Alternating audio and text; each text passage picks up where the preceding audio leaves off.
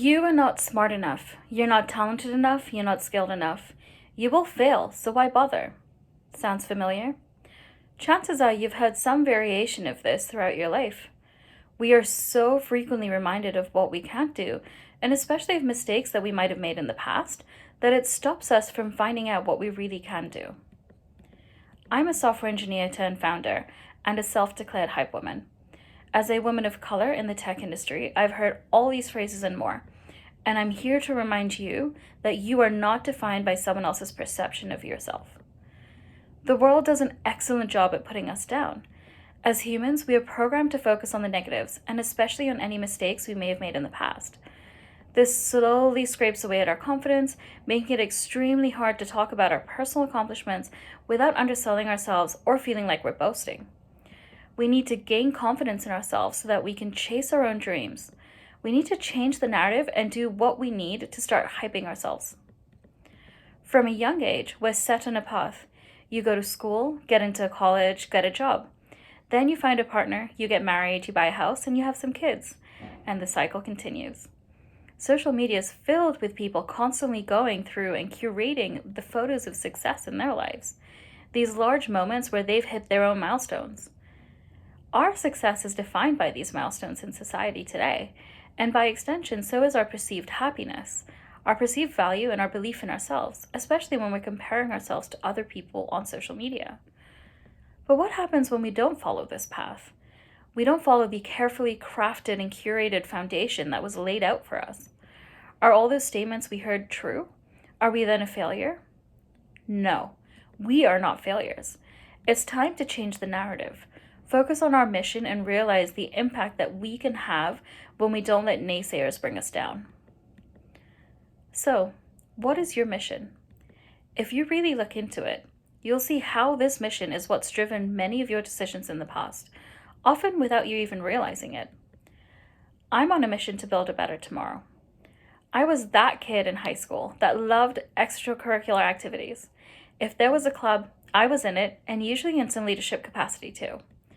One of my proudest achievements in high school was organizing a movie premiere. I was in charge of striking a deal with the movie theater, overseeing our team as we then figured out pricing, designing posters, advertising, and selling tickets. We sold out, raising nearly 500,000 shillings, which is about 5,000 US dollars, from just that one event. And we were able to use those funds towards feeding programs that fed thousands of starving children, as well as rebuild a school and get books for their library. I can look at later examples in my life as well. One of my biggest accomplishments in university was creating U of T Hacks, the first student hackathon in Canada. Before anyone freaks out, hackathons are events where tech people come together and have 48 hours to build something.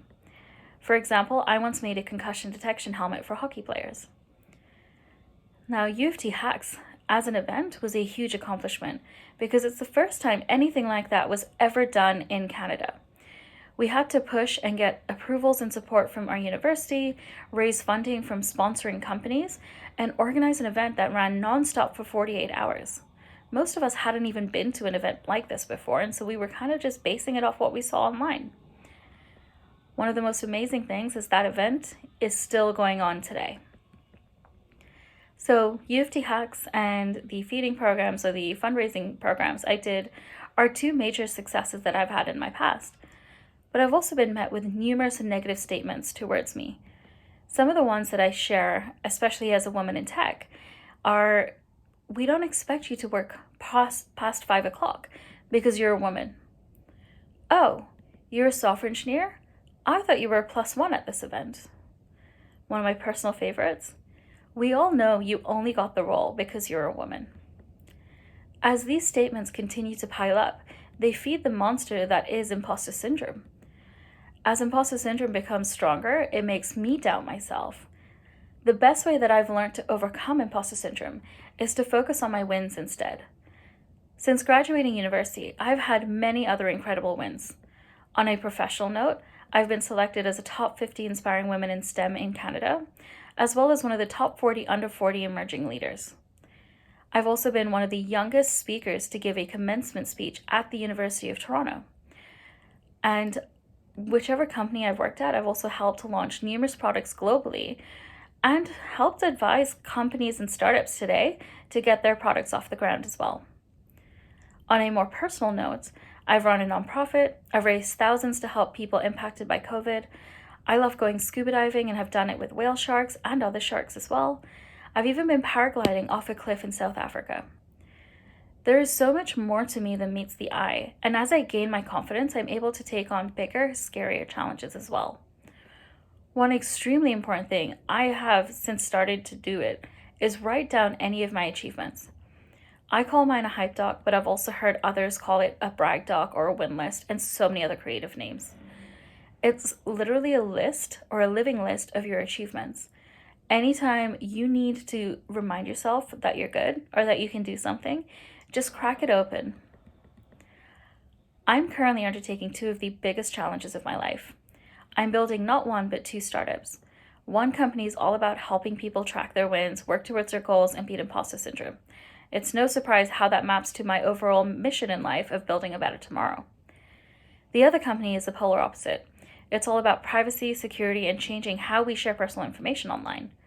I truly believe this company helps build a better tomorrow by creating a safer way for people to share information without having to risk their lives or risk themselves online as much. The fact that both these companies tie back to my core mission helps keep me passionate about them. I'm using the skills I've learned in high school to land deals and build partnerships. I'm also using the management skills I built running U of T Hacks as I grow my team and continue to manage both of these companies together. I'm constantly met with a barrage of blockers, moments where I doubt if I'm the right person for this, if this is even a product that people care about or want to pay, or if I'll just be yet another failed founder. Anytime I do that, I remember to crack open my hype doc and remind myself of the things that I've already done to get me to where I am today and how it can help me get to my next steps as well. This here is my secret sauce. I track my accomplishments, and this is something that's been happening in many different forms for years. My mom started it for me when I was a kid. She still has binders full of my certificates and awards and photos of all the things that we've done together. 7.5 years ago, I started doing it through my Instagram account, and it's through a project I call Project 365, where I post a single photo of something I did every single day. Sure, from time to time, it's just whatever TV show that I've binge watched, but it's become this incredible diary for the last 7.5 years, where I can go back and look at all the things I've done, whether it's a trip I've traveled to or an accomplishment at my job. More recently, I've used my accomplishments to connect with others. I'll host weekly catch-ups where we share our wins and quite literally hype each other up. Whether I'm doing this with a group of founder friends who are also building their own companies, or I'm doing it with other friends that I've known for years, it's one of the most organic and beautiful ways that we can support each other when we've been disconnected and locked away at home. What I've learned is that the format doesn't matter, but consistently updating your hype doc, your win list, your brag doc does. My list of wins is a representation of who I am, so it's really important to capture both my personal and professional achievements, no matter how big or small they may seem. My hype doc has a combination of things like I went scuba diving with sharks, to I launched this massive feature in Europe, to I baked a cake and my kitchen didn't burn down. I love to update my list weekly with other friends and find that doing it with more and more people, whether it's in a work or personal setting, is still extremely beneficial. So this list has become the most powerful tool in my arsenal. It helps me believe in myself, reminds me to ignore the naysayers, and work towards my own goals. It builds my confidence, lets me focus on the positives, the things I've already done as I work towards what's next for me. As I continue on my mission to build a better tomorrow, I want more women and underestimated folks to start hyping themselves and tracking their own wins. That's going to help figure out what's next for you. Perhaps you'll take control of your career narrative and ask for that promotion that you've earned. Perhaps you'll take a leap of faith and start your own company. Or maybe now is the time for you to have a child and spend your time with them. Whatever you decide, it's your choice, and you have all of the skills you need to do it. So give yourself the freedom to be yourself and permission to chase your own dreams. Hype yourself because you've earned it.